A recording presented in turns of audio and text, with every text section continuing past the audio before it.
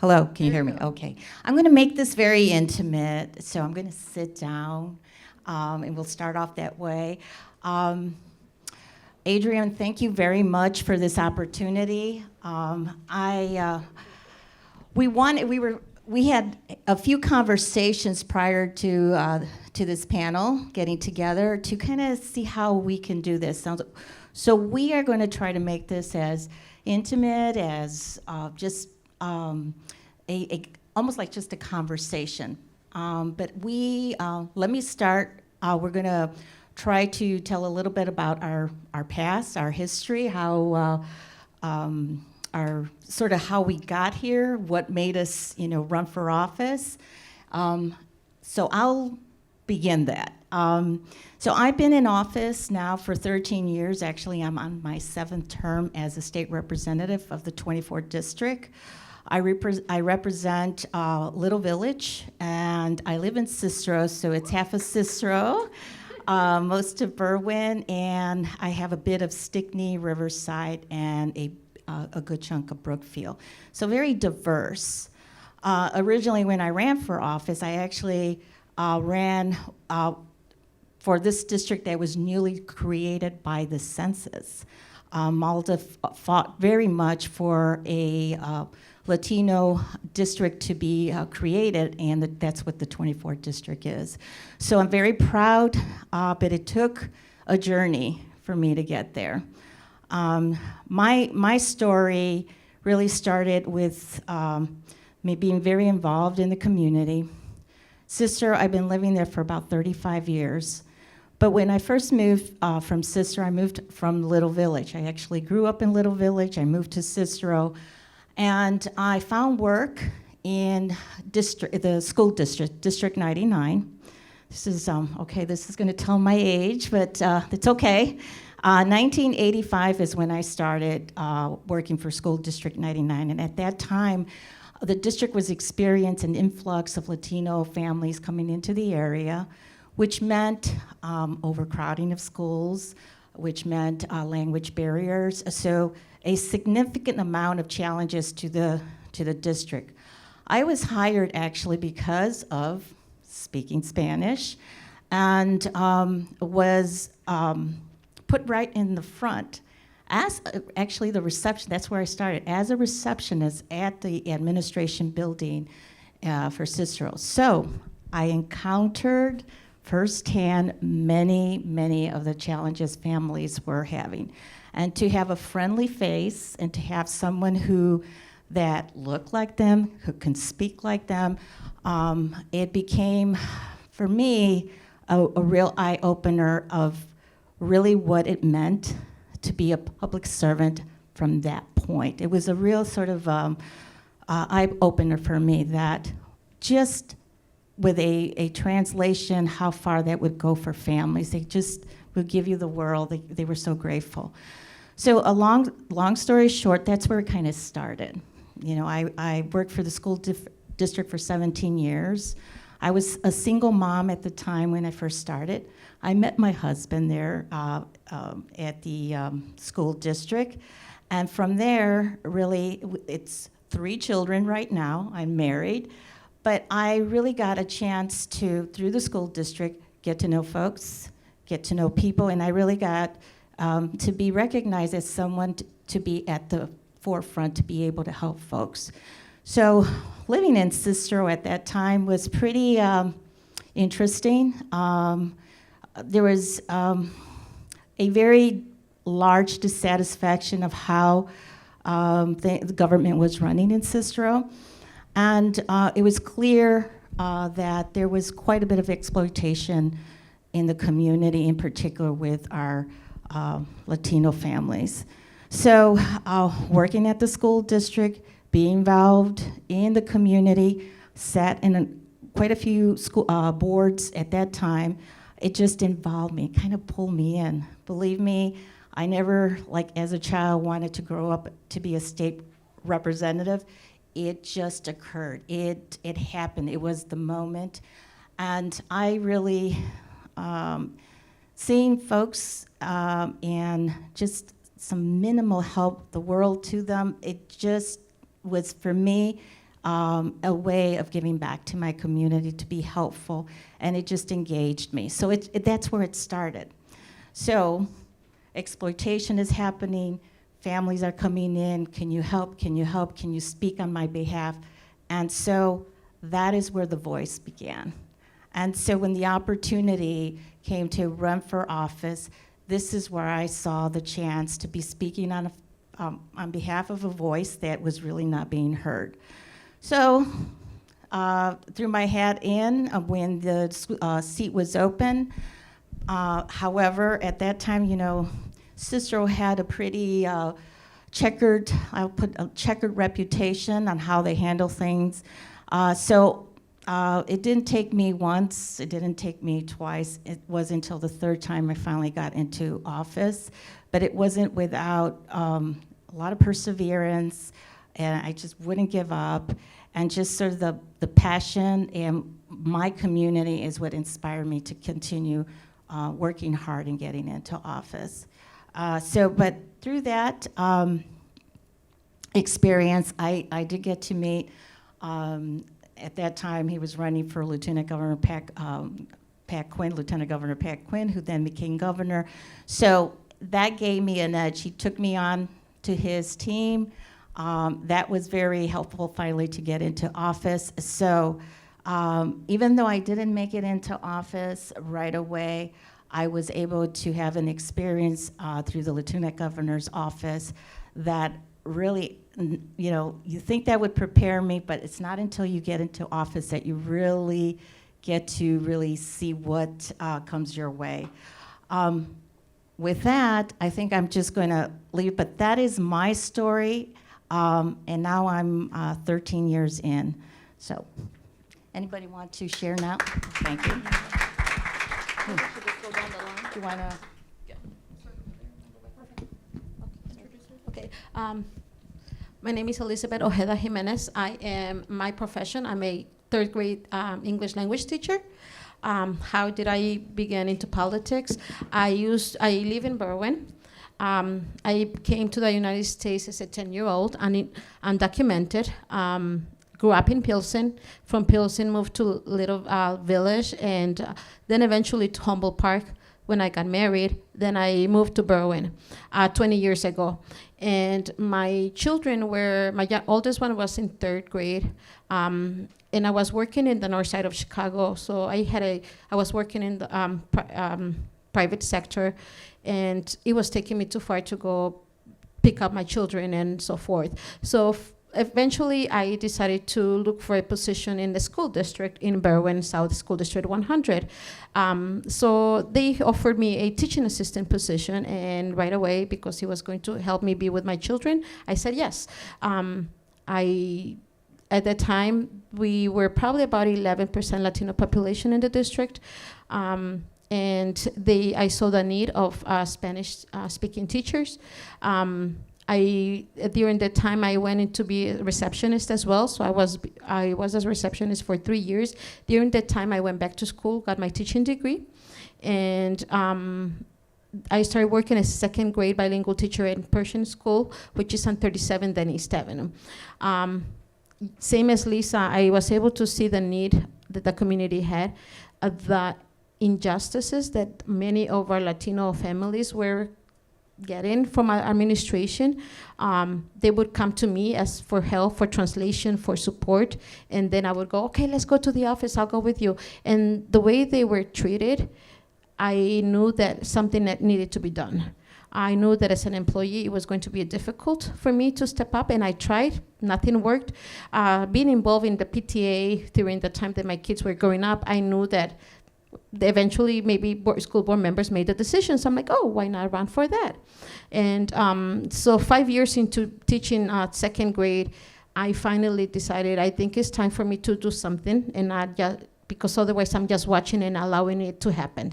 So I looked for a different position in another district. I found a third grade position, and I was hired. So that same year, the 4 positions were open for the school board.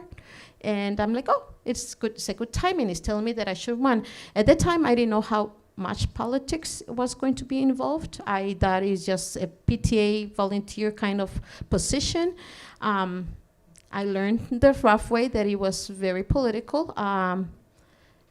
I submitted my paperwork, my petitions. I was challenged, so I had to hire a lawyer so that my name could stay on the ballot. So it took a long process. I was harassed. As of this is my 5th year in school board, my 2nd term. I'm still the only Latina on the school board, the only minority. It is difficult to be the only one just because as board members, we are 7. The majority has to vote on the decisions that are made for our students. Being a teacher, I know the difficulties that my students face and other Latino face. Being a bilingual person and coming to the United States undocumented, it was difficult for me. So I want to be that support for my students, for the students in my community.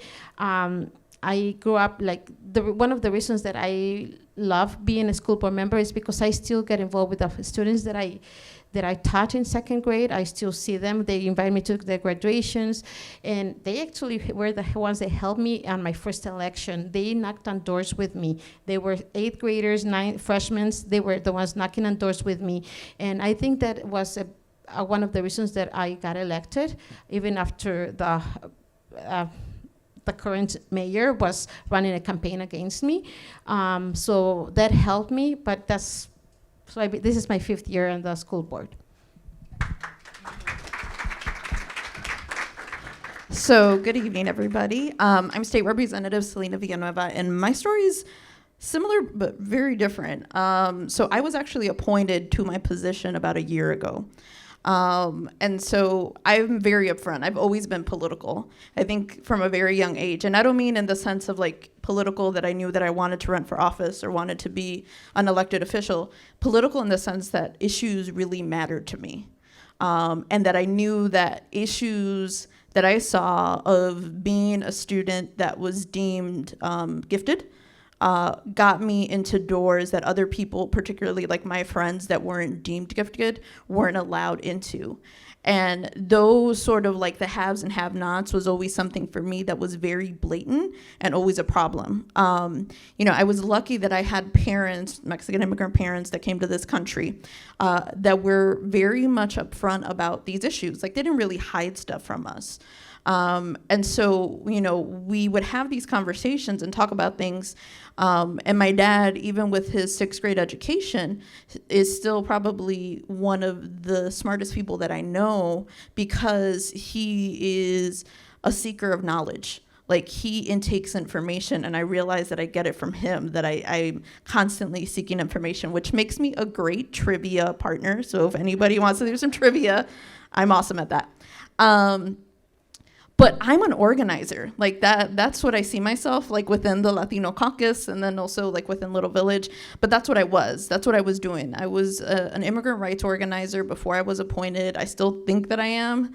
In my heart, I don't get paid to do that, but that's what it is. And for me, my heart's always been in the community. And I was born on the north side in Hermosa, but I moved to Little Village when I was 8, so I rep Little Village each and every day. But again, being one of those students that was bussed out of the neighborhood because I was gifted, you see the differences and you understand the way that there's my cousins who live 2 blocks down the street that went to the neighborhood school. And this is not me knocking the neighborhood school because we need to invest in neighborhood schools.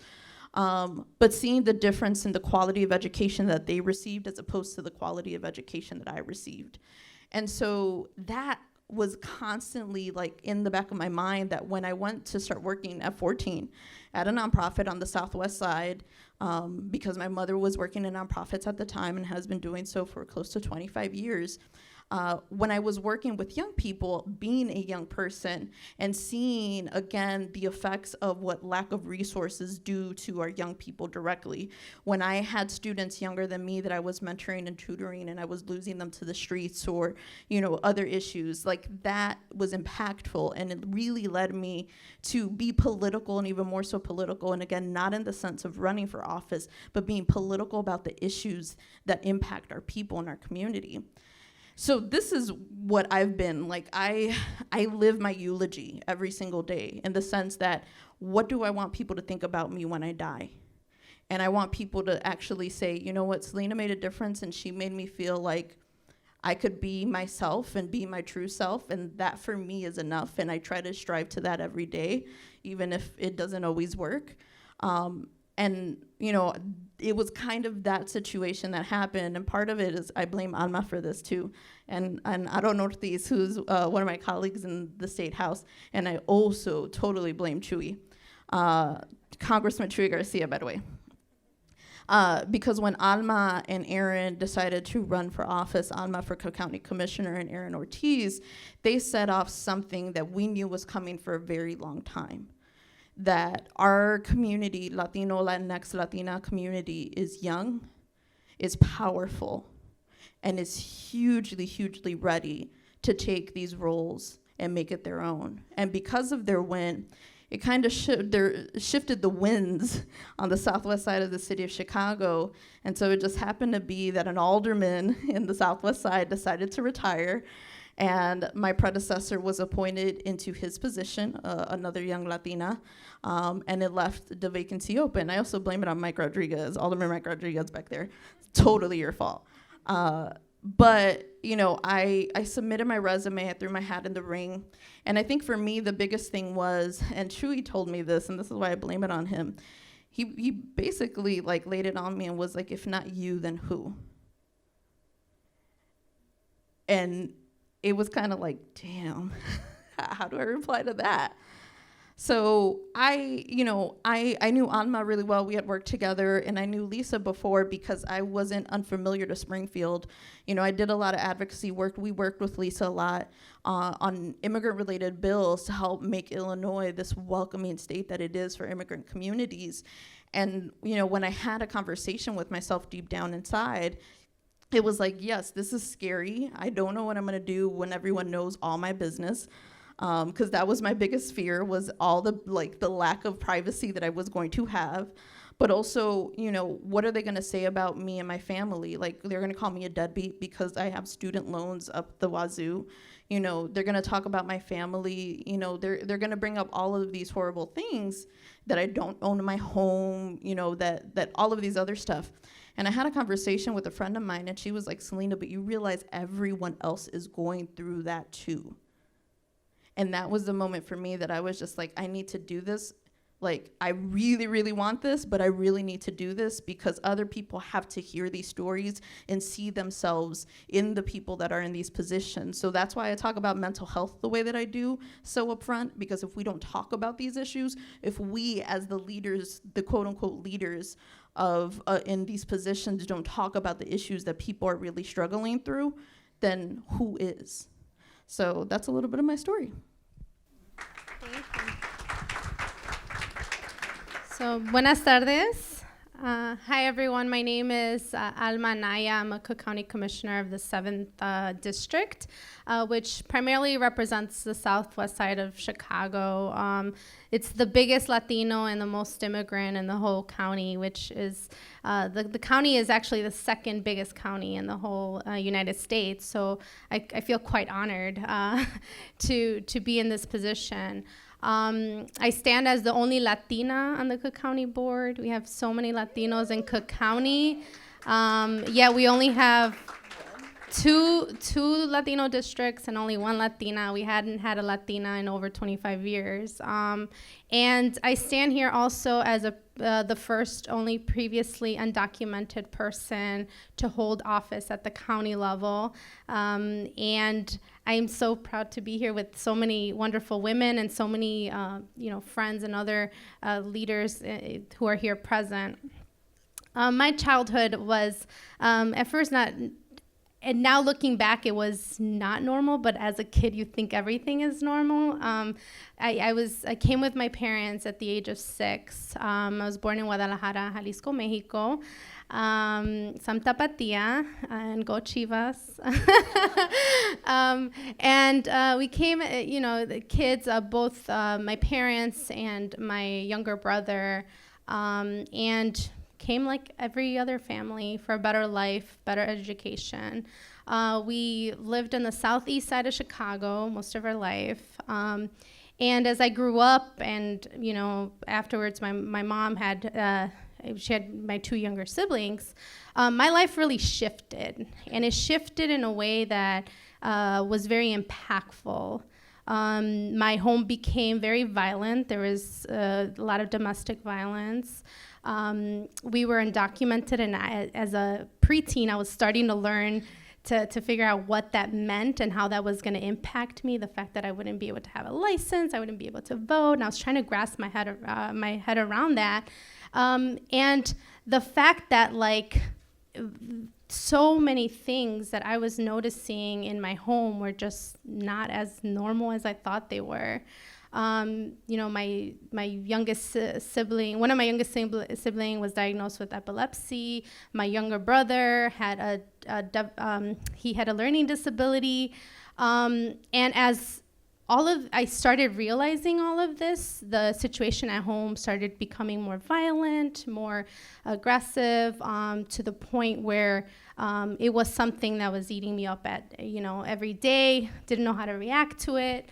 Until one day, and I say all of that because there was one pivotal moment in my life, and it was the time that at 3 o'clock in the morning, my mom woke me up and said, "We're leaving.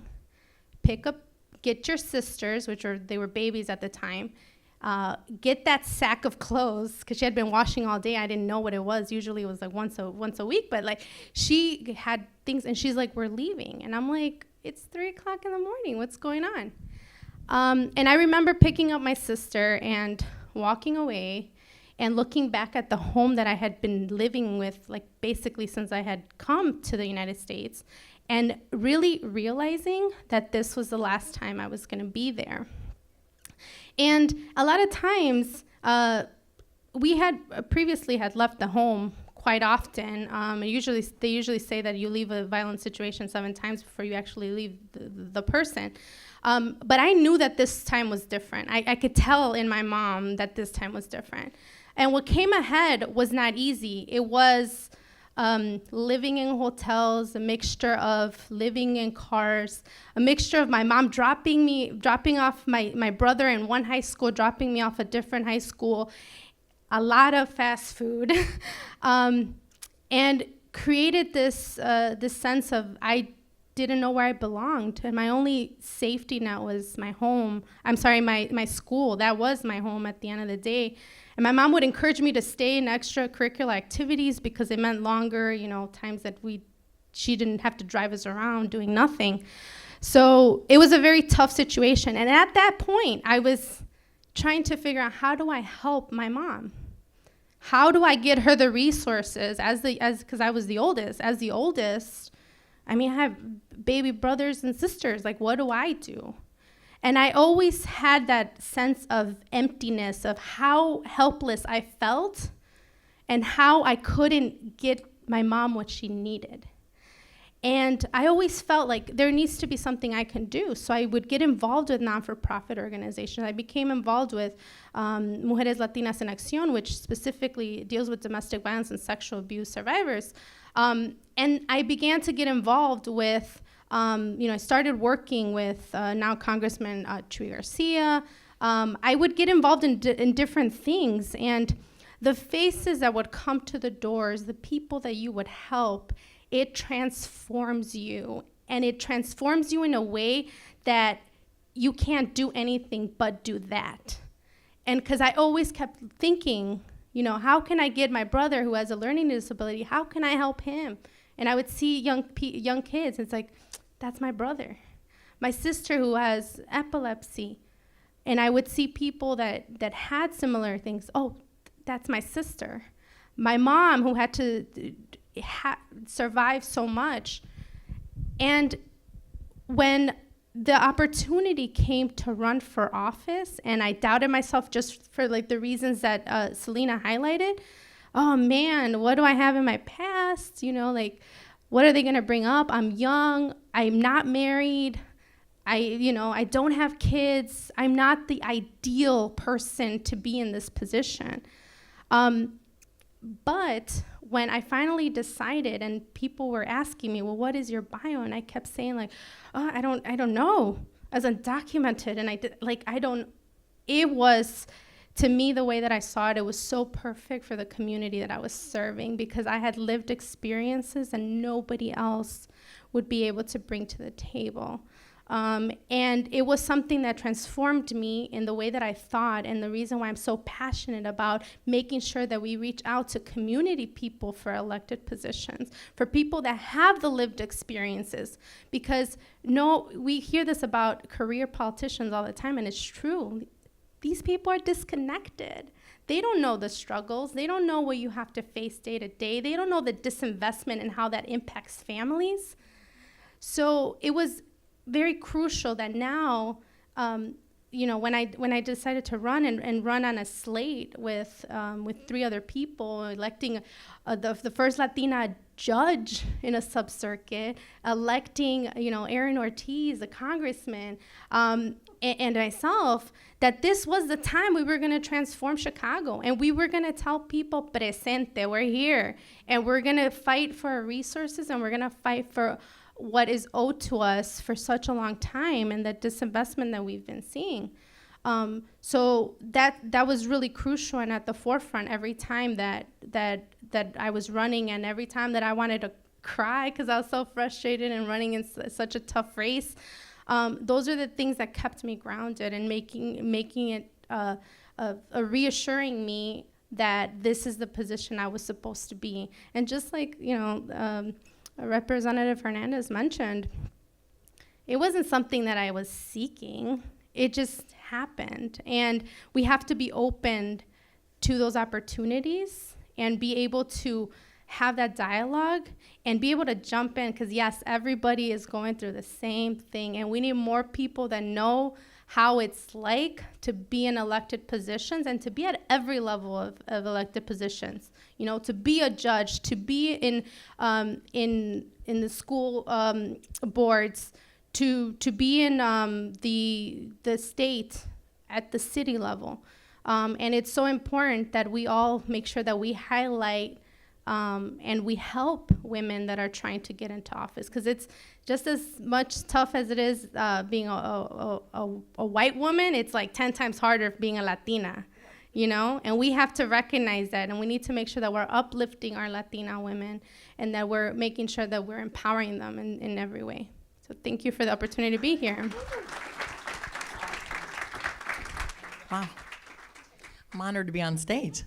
So I'm Anita Lopez. I'm from Toledo, Ohio. I am currently the Lucas County Auditor. A lot of our backgrounds are very similar. I am the first to graduate from college in my family, and the only one to attend college in my family. And I grew up feeling the same way in my neighborhood. I grew up in a predominantly Hispanic neighborhood in Toledo. At that time, probably it was maybe 18,000, predominantly Mexican Americans, but we were all concentrated. We had the highest dropout rate at that point in the 80s, high teen pregnancy rate in my family, incarceration rate hit my family, and poverty hit my family. My dad was a union worker, and when he had a heart attack, he could no longer work. And they did not have the Family Medical Leave Act back then. So if you became physically unable to work, he couldn't be the breadwinner. And my whole entire life changed when he couldn't physically work anymore. I started working at 14. My mother, who was a primary homemaker, had to start working, and we had to get on welfare. And my whole life changed because now I became dependent on what the government could help us with versus my dad always being able to take care of us. And my father, who's a strong Mexicano, seeing him under so much stress because he could no longer work and provide for us, and seeing him be crushed by that. And so I was fortunate because my dad basically said, Mija, my daughter, once the working man's body's done, the company doesn't really care about you anymore. Once you can't lift, once you can't cut meat, once you can't go pull the wires, there's nothing for you. So don't be, he would always say this, don't be a dummy like me and use your brain, not your body. Don't be a union person. Don't get on the line. Go to school and get your education. So, and that was the first time he had ever taught. We were raised as young ladies. My dad was very Mexicano, very traditional, very machismo. The women were to be married, learn to do everything in the house, to be good wives and good mothers. So his whole perspective on what a woman could do changed, because I would always say, well, you know, he would always tell me, I didn't have a backup plan. Once my body went out, you have to have a backup plan. And so I became a lawyer. But actually, you have to know this history.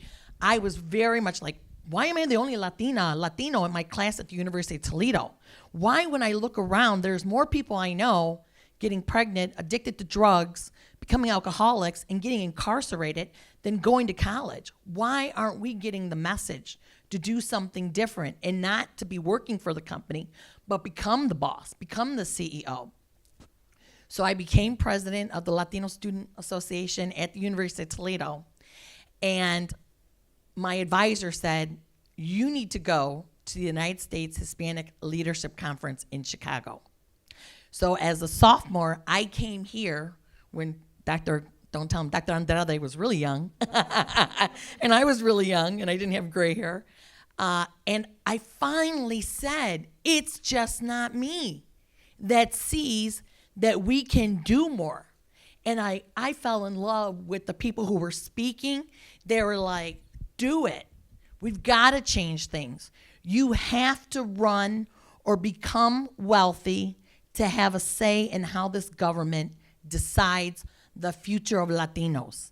And it was all about Latinos. Like, you don't have to wait in line. You can control the line. You don't have to wait for someone to care about diversity. You can make diversity happen. And here I am, population, now maybe 32,000 in Lucas County of 420,000. And I was focused on education because I always say in my advertisements, education changes lives. It opens you up to see, you learn how wealth is built. You learn how wealth can be taken from communities. You can see how people can make profit on poverty, alcoholism, substance abuse. And I ran for the school board. That was my first election in 2001. I was married, and I got the endorsement of the Democratic Party after I graduated. I wanted everything to be perfect. I wish I felt as empowered as these young ladies were, because I felt like I had to graduate from law school. I had to be the most educated. I had to have a perfect resume before I ran for office. And I ran for office when I was 31. And they thought I was going to drop out of the race because we found out we were pregnant. And I had my first son on the campaign trail.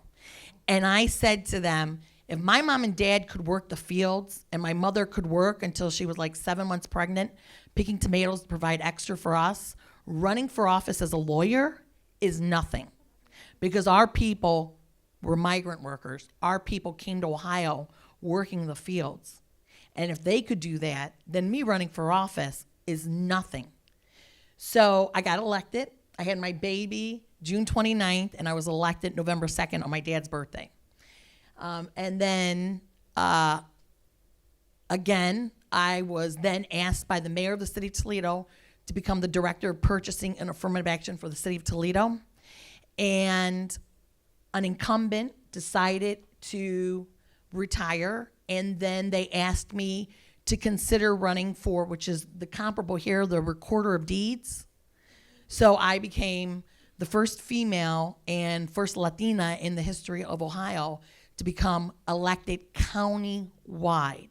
When I ran for the city of Toledo is very liberal, but running in the suburbs is a complete different game. And I got elected and that was fairly an easy race, I have to say, because Toledo was very progressive. 2004, I'm on the presidential cycle. It's very easy. Running in Ohio, because we're predominantly Democrats in Lucas County, running in Ohio, though, on a governor's race was my next election.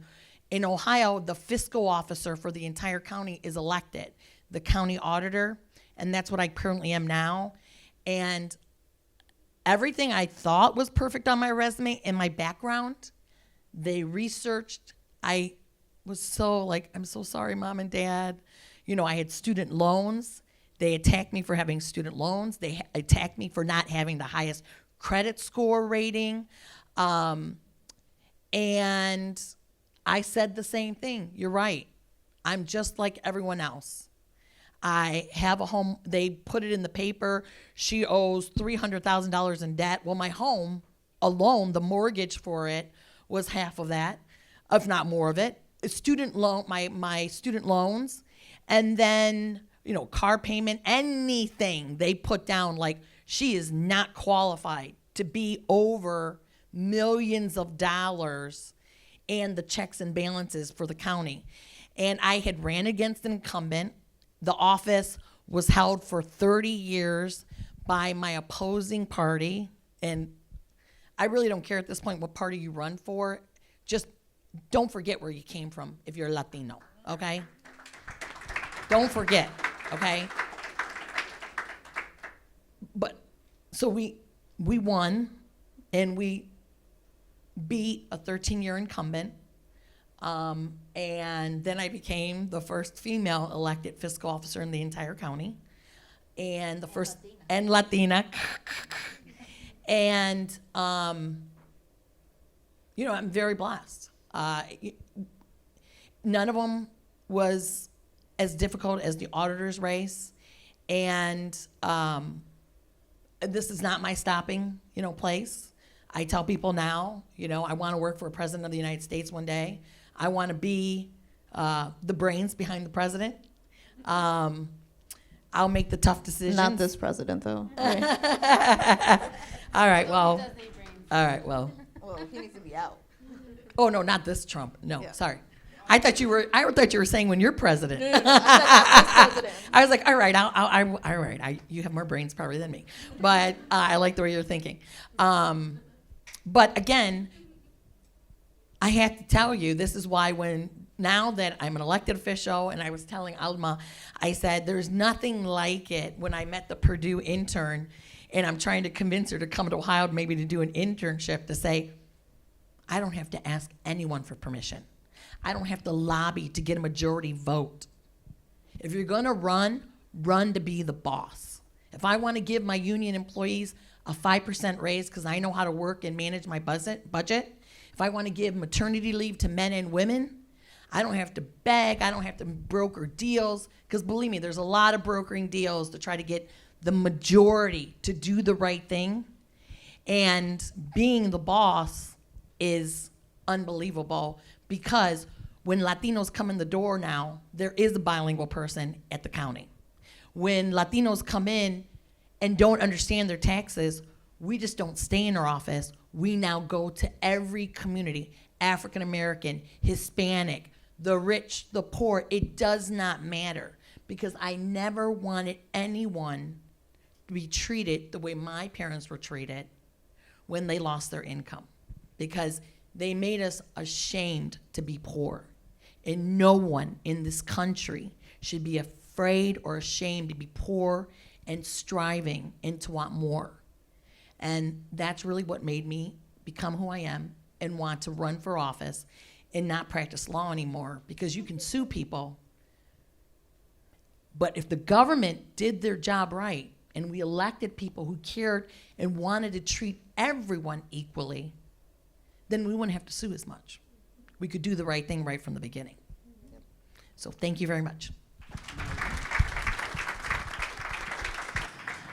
So each one of us has a story. As many of you out there have their own, you have your own story to tell. So I think that we want to encourage here more Latinos getting into office. So what does it take? Here are sort of personal examples, whether it's, education or being appointed or, for me too, it was about, can I really do this? Do I really have the education for this? I can't do this. So it's really being empowered. It's your desire to make change happen. When I saw those folks being exploited and how they were just taking their at that time, it was about towing, and folks' cars were being towed away. And when they went and picked up their car, that was their whole paycheck, no bread and butter on the table. So, it tells you there. It sends the message to step it up. And so it takes courage. It takes courage.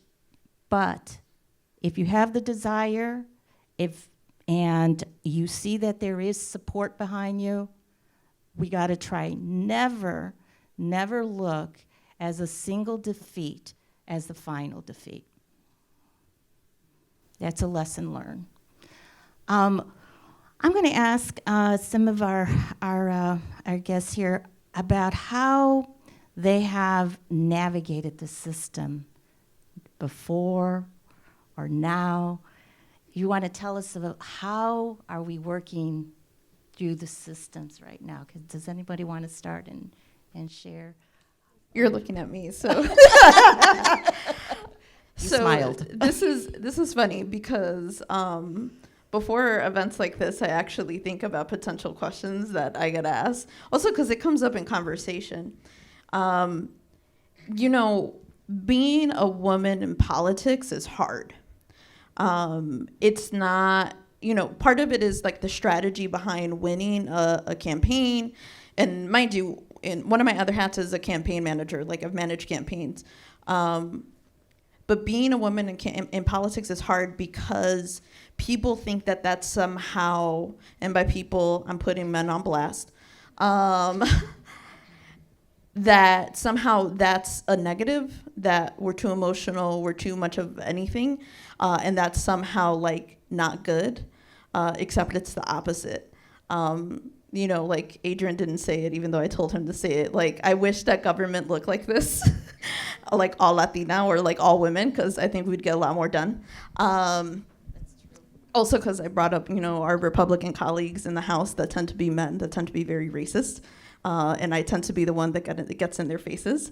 But I bring this up because in addition to like this doubt that you have in your mind, I was lucky that my dad was very machista when I was growing up, but he would always tell me like, you don't need a man for anything, so you're gonna learn how to change this tire, and you're gonna learn how to do this, and you better make sure that you know that. So it was very like this very weird, disjointed like understanding.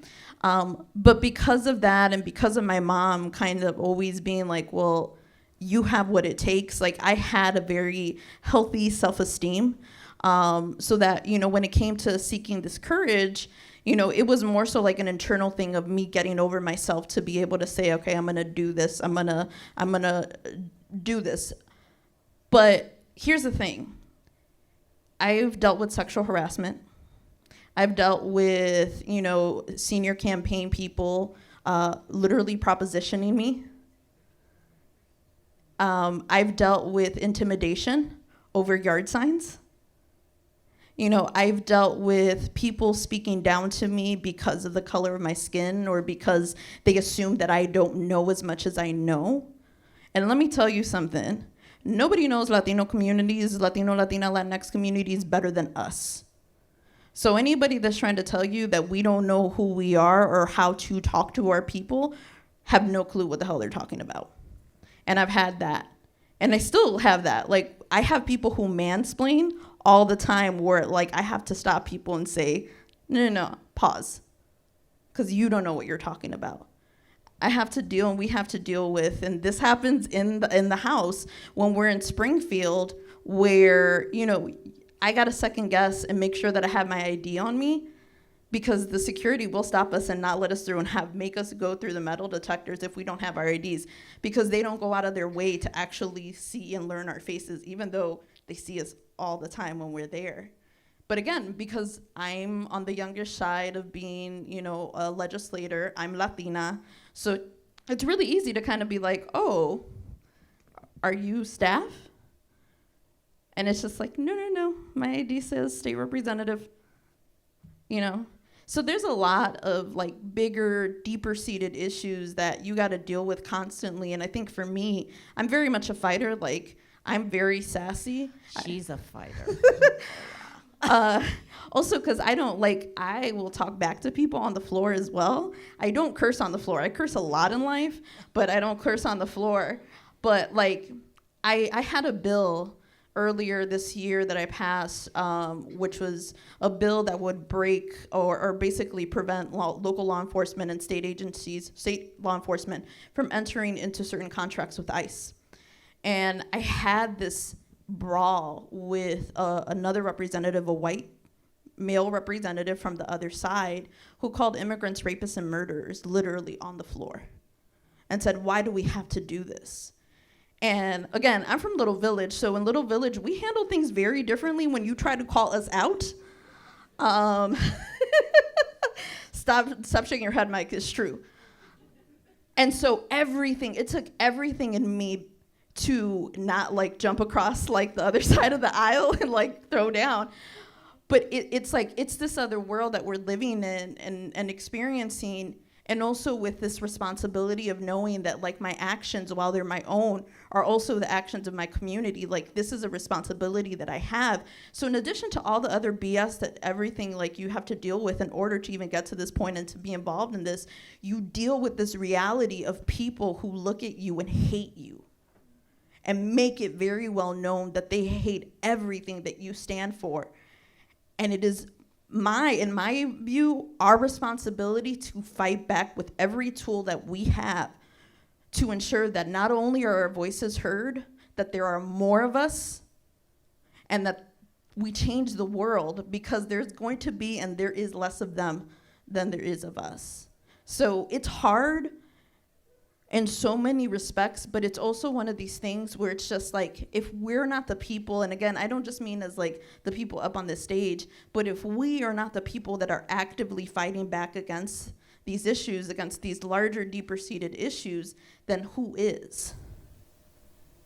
It's not to mention, too, and I'm sure maybe all of you ladies at one point or another have also come across where you're not taken serious, that you're second guessed. Sometimes I really believe that the kindness or just diplomatic way of approaching things, not you, Selena, because I know you got a different way of approaching, but there is that diplomatic way of approaching things, and you're regarded in a way that you're weak, that you don't know what you're doing. However, let's talk a little about how we've managed that. Go ahead. Yeah. Oh, can I borrow? Sure. Sorry. As you get in office, I'm glad that you mentioned that, because actually before running, I knew a lot of my now colleagues, and I was always a shy one, right? Like, nobody ever thought that I would be running for office. So for me, it was quite a change going in there and navigating that in a, yes, polite and professional way, but also like in a way where you're very assertive and you want to make sure that things do get done. At the end of the day, there's nothing like fresh meat that's a woman, a Latina, and my age, because I was the youngest woman ever elected to this position. So I was such fresh meat for everybody. So to me, it was very important that I needed to navigate it in a professional way, but also in a way that I was just gonna make myself be heard. And within 2 days of me being inaugurated, I had already introduced like 4 different ordinances at the county level. And one of them was very controversial for a lot of people because it picked at the sheriff, the Cook County sheriff, who's a white man, and I had everybody at my door. I had one of my colleagues, a male commissioner, come in there, nothing, just come in, slam the door, put his finger in my face and said, "What the F are you doing? Stop rubbing people the wrong way." In other words, threatening me and telling me, like, sit down. It's not your turn. Back off. And to me, I took that as a challenge because there is no greater resistance than existence. Me existing in that moment, me talking, me doing what I had to do, me organizing my community and the organizations to come and testify and to do press conferences and to do things was way louder than me sinking at his level to start a shouting match in a closed office. He would never dare to do that in public. My actions were in public. It was with my community. It was with people that really cared about the issue. And to me, that was more powerful. And the day that my ordinance got voted on and it got passed unanimously, my little Alma was so joyous. And it was such a great satisfaction because I knew that I didn't have to sink to his level, and I did not need to get into a shouting match with somebody that did not have the knowledge, did not have the professionalism, and did not know exactly what this meant to even his community. So to me, it is, again, I will continue to repeat this. My existence is resistance on that board, and it is in every level of government that we stand on, and we will continue to be that voice because, like Selena just mentioned, this isn't just about Alma. It's not about, Selena. It's not about any of us. We have to do this for our community. There's people in our communities that far too long have not been represented, and our actions where in our positions are speaking for everyone.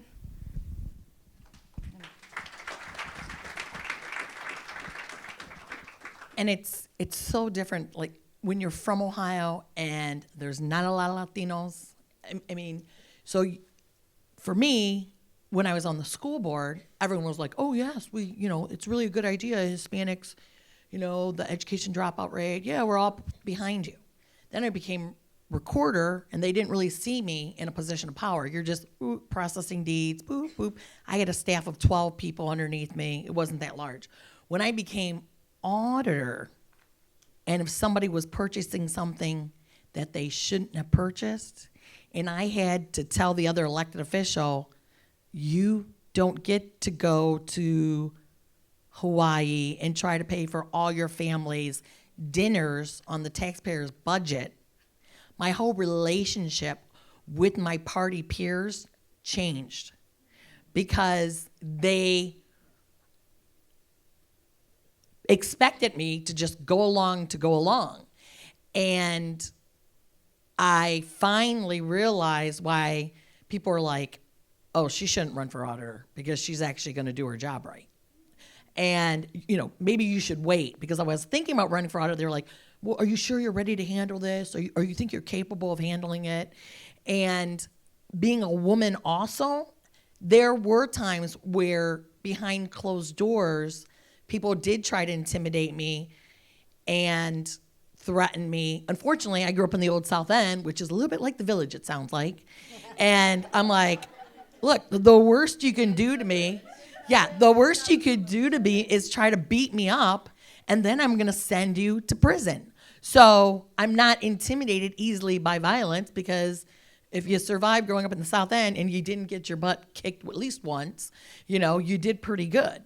So I wasn't easily intimidated, and I think they expected, little Anita should be so grateful because we allowed one Mexicana into the, we let you in the game, and now you're completely indebted to me to let us do whatever we want with the dollars.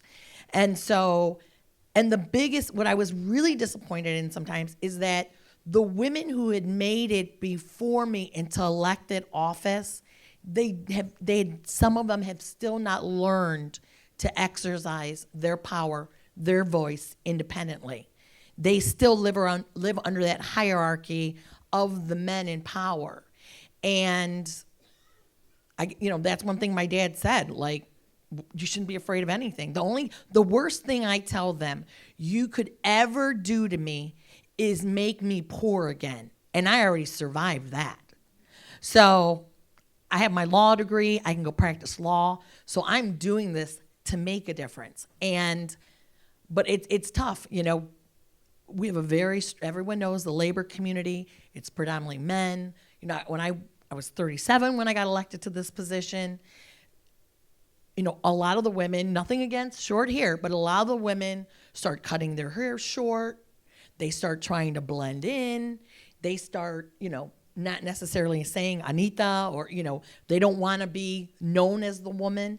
And that's one thing I promised. I said, until there's enough women who are Latina in government, I'll never cut my hair, because when I walk in the room, I don't want to blend in. I want them to know that not only am I Latina, but women have arrived.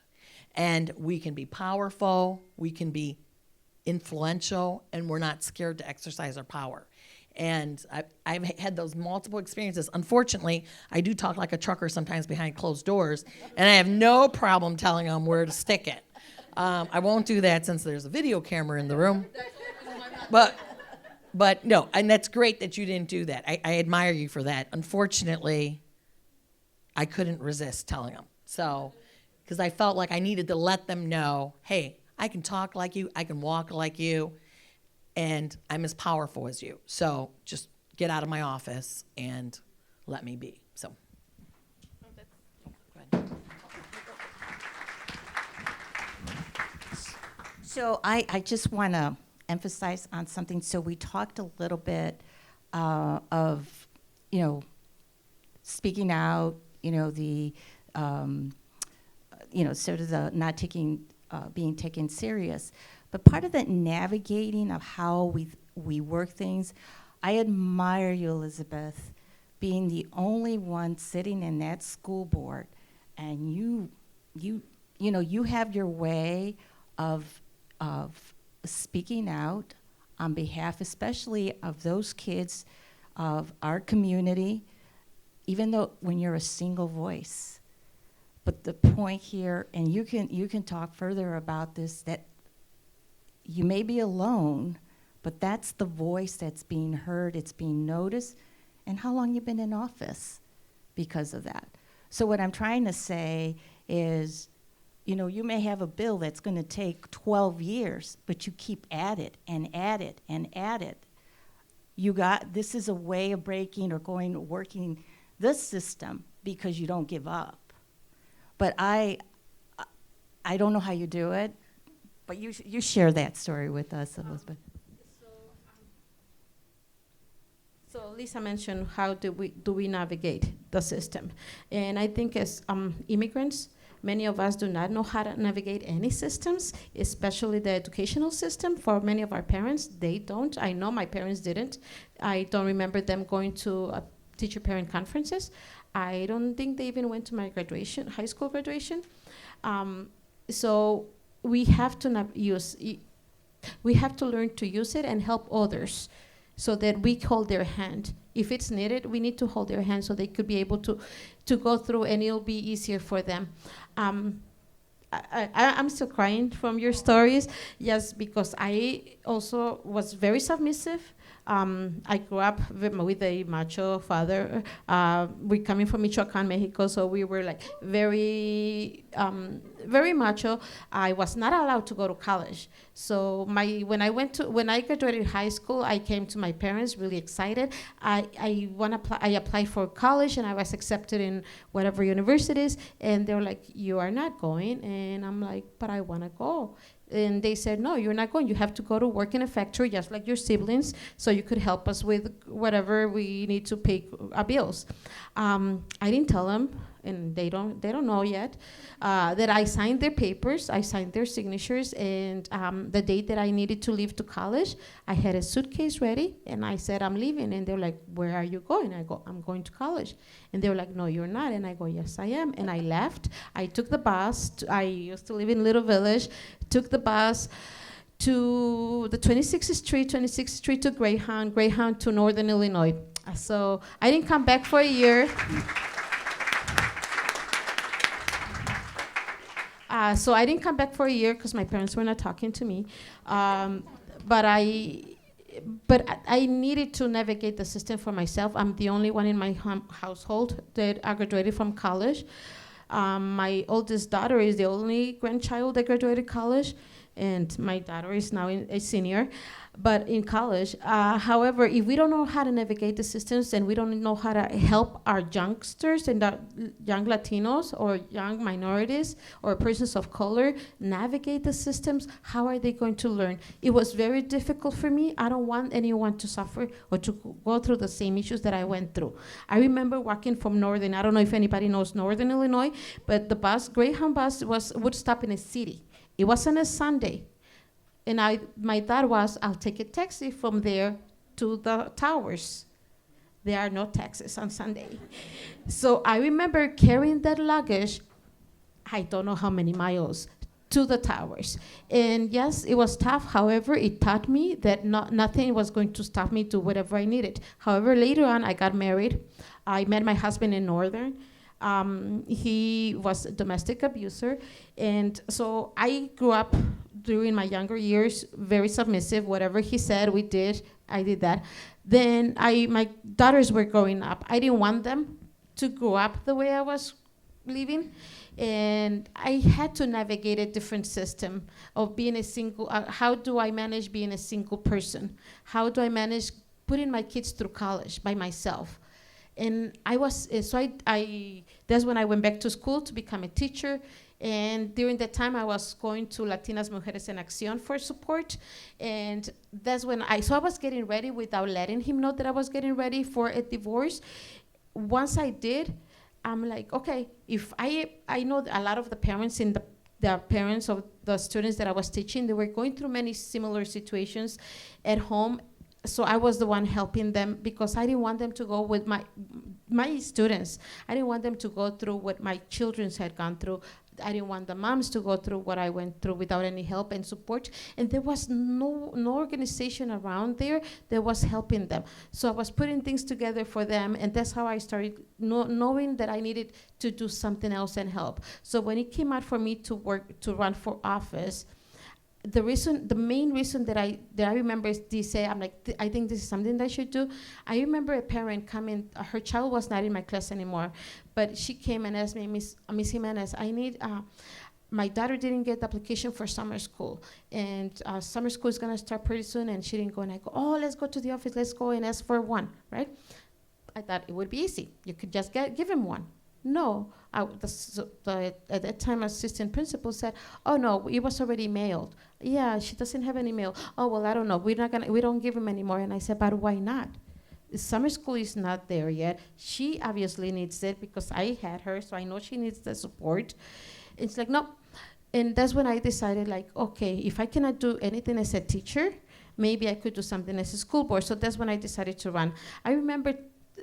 Them, I didn't know what to do because I was not political at all. I was just whatever everybody told me I did. So I didn't know. So I had to navigate that system and learn how to file the petitions, ask for signatures. So I asked my students, will you help? Yeah, we'll help you, Ms. Jimenez. So that's how we all did it. Because I was very helpful and supportive of the community. When I would go knock on doors, oh, es la maestra. Yeah, sign for her, or yes, we're gonna vote for them. So whoever I was supporting, they would support as long as they knew it was the maestra who was helping. And because of that, I think because if we don't put forward and navigate the system, we're never gonna learn. So for me, the way I decided to do it, that continue even after the harassment, after my name was going to be removed from the ballot, we had to go to several courts. And I was even told to change my name because I was Latina, and how could you be elected in Berwyn if you're a Latina? So my name is Elizabeth O. Jimenez, O for Ojeda. They told me to change the period to apostrophe, so it could be O Jimenez, right? So, yes, exactly, because exactly that's what I was told. Like, otherwise you're not gonna win. And I'm like, no, I'm not gonna change it. I was told you have to go as the mayor to give you his blessing, otherwise you're not gonna win. I'm like, no, I am not gonna ask him for his blessing. If I win, I win. If I don't, I don't. So because of that, he did run a campaign against me. But knowing to find people that support you, that believe in you, and that trust you, and making sure that you're always there for them when they need you, not only when we need them, like all of you do, you're always there. That's what has helped me. So the second campaign, which just happened last year, I was accused, and that's what reminded me of everything, because it wasn't that bad for me, and I thought it was. But because when I was going to school, I was working for the district. So many school districts under the contract, teacher contract, you can go back to school for professional development, and they pay portion of your school tuition. So that's how I went back to school, and I got a master's degree through that as well. So because of that, they accused me of stealing school district money to get my education and then leaving the school district with a backpack full of cash. That's exactly what I was accused. And they even FOIA me at my current employment. They FOIA me in the school board where I'm elected since when I started working there, how much did I start getting paid? They FOIA me everything, my emails, my salary. And because I'm a school board member, I can receive everything that the person that is FOIAing me gets as well. So I saw what they sent them. My first year that I worked there, I made $10,000. And so I worked myself up from being a teaching assistant, a receptionist, administrative assistant to the building and grounds department, and then became a teacher.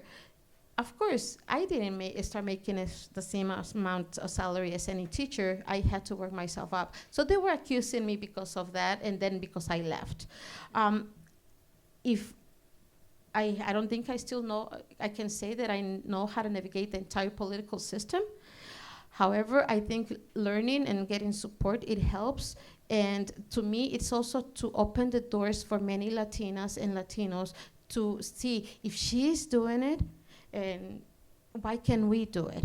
That's for me very important, especially in Berwyn, where, like I said, I'm the only minority, the only person of color ever to be elected in the school board. And when we have an 86% Latino population, that's a problem.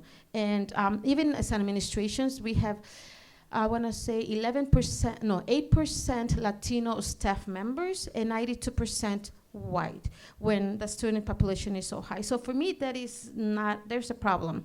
And when I ask, why don't we hire administrators that are Latinas that can speak Spanish to the community, I am told we hire the best. So what they're telling me, you are telling me that Latinos or persons of color, we are not the best.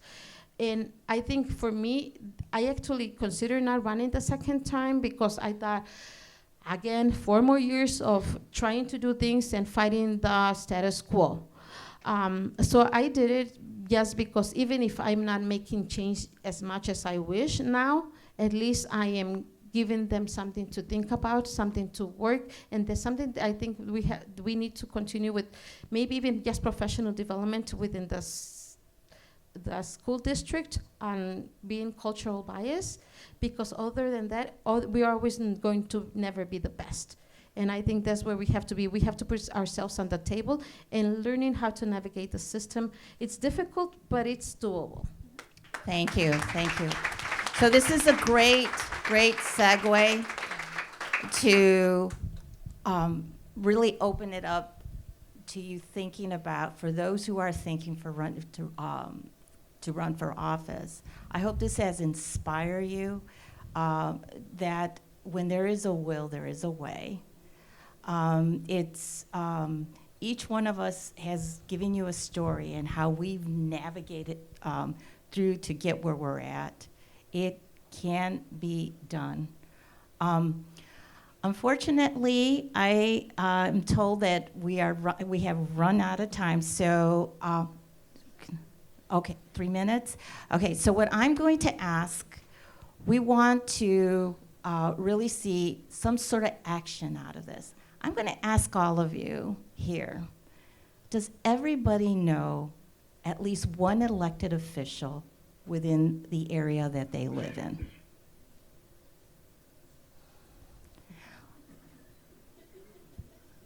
Okay, so what I'm going to ask now is that either, if it's your alderman, if it's your legislator, look them up and see who they are.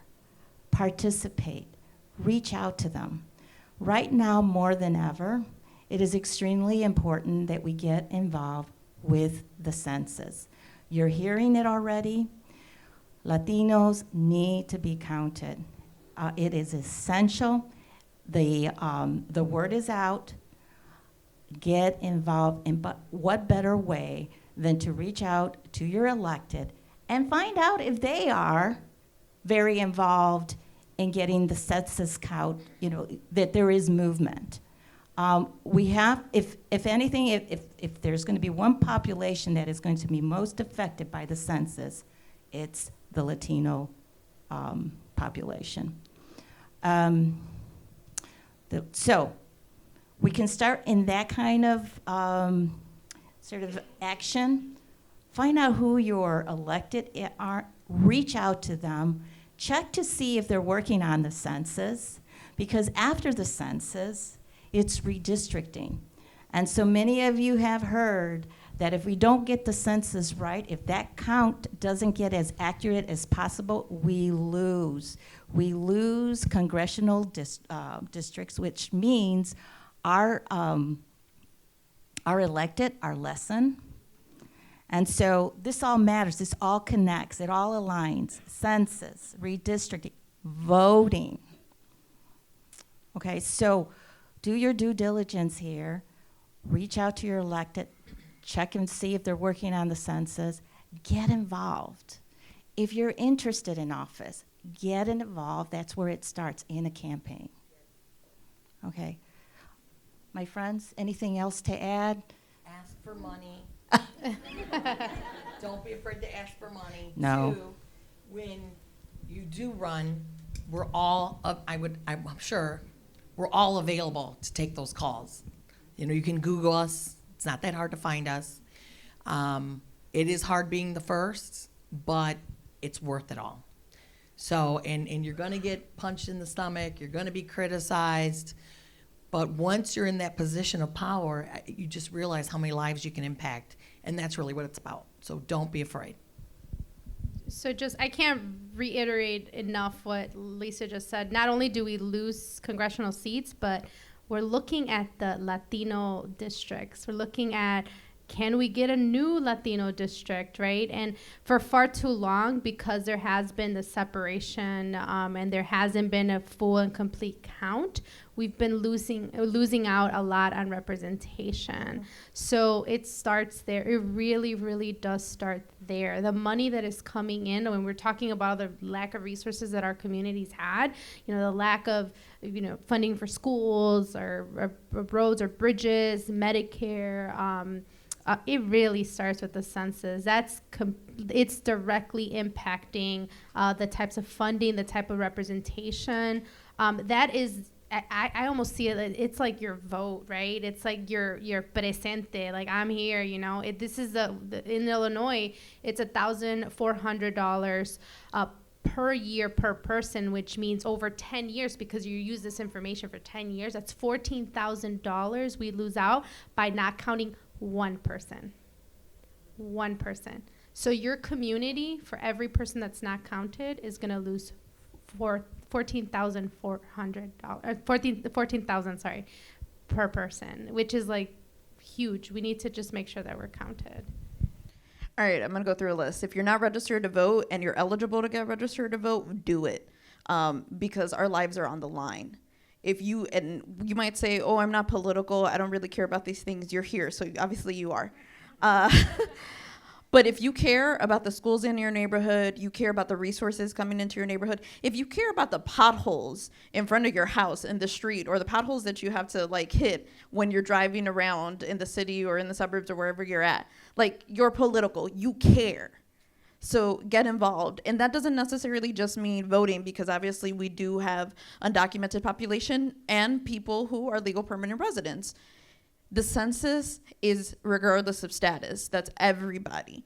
So when we're talking about redistricting, for those of you that don't understand redistricting or don't know what it means, all of these maps, like Lisa's maps, Alma's maps, all of our maps, I don't know about school board, but when we run in these different levels of government, we have maps, and they get redrawn every 10 years right after the census. Proportionately, Latino, Latina, Latinx communities do not have the representation on any level of government that is directly reflective of the amount of population that we have in the state and that we have in this country. We have one congressional leader for probably close to, because the congressional districts are probably like 700,000 people. There's more Latino communities than 700,000 people just in the city of Chicago. And we have one congressional leader from Illinois. And it's not okay. When we look at the Latino caucus on the state level, we love hanging out with each other enough, to go to Bad Bunny. But we don't, it's not like overwhelmingly a big group of us. We need more because we have the population to reflect that, except we don't have that in the actual positions. And then on top of everything else, and I'm gonna say this, and no, the camera was over there, I think Telemundo left. We gotta get Donald Trump out of office, y'all. Like, we do. I'm sorry if you're a Republican and you voted for him. I don't know if this is the room for you. I'm definitely not the person for you if that's who, you supported. But he is detrimental. Him and his cronies are detrimental to our communities in every way, shape, or form.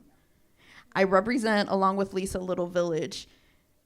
Little Village, 26th Street is impossible to get through on any given weekend because of the amount of people and because of the amount of commerce that goes on. Those 2 weekends, this past month, in which these raids were supposed to happen, were horrendous. When you can drive down the street that you normally can't drive down because of so many people driving. He isn't just trying to deport our people. They are trying to kill our people. In fact, they have. So if you can get involved, get involved. Because there's real things that are happening in this world right now that we have a say-so. Look at what just happened in Puerto Rico.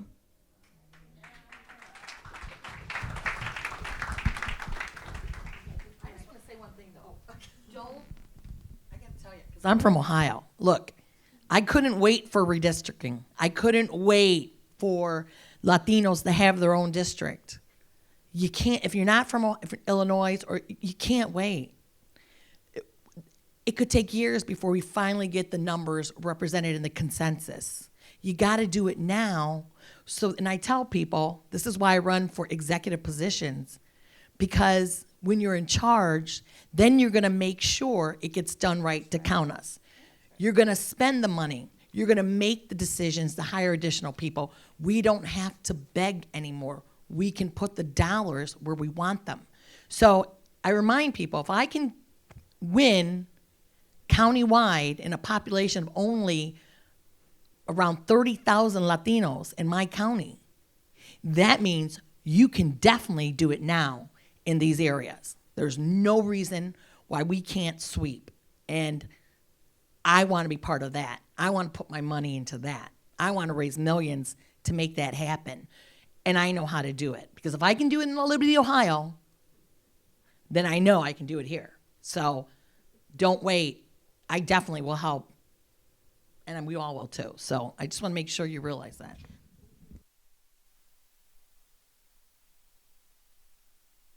So that concludes this session. If you have any questions for us, we're going to be going upstairs for the dinner. I'm sorry that we ran out of time, but we're going to be sticking around if you want to, if you have any questions for us. Thank you. Thank you.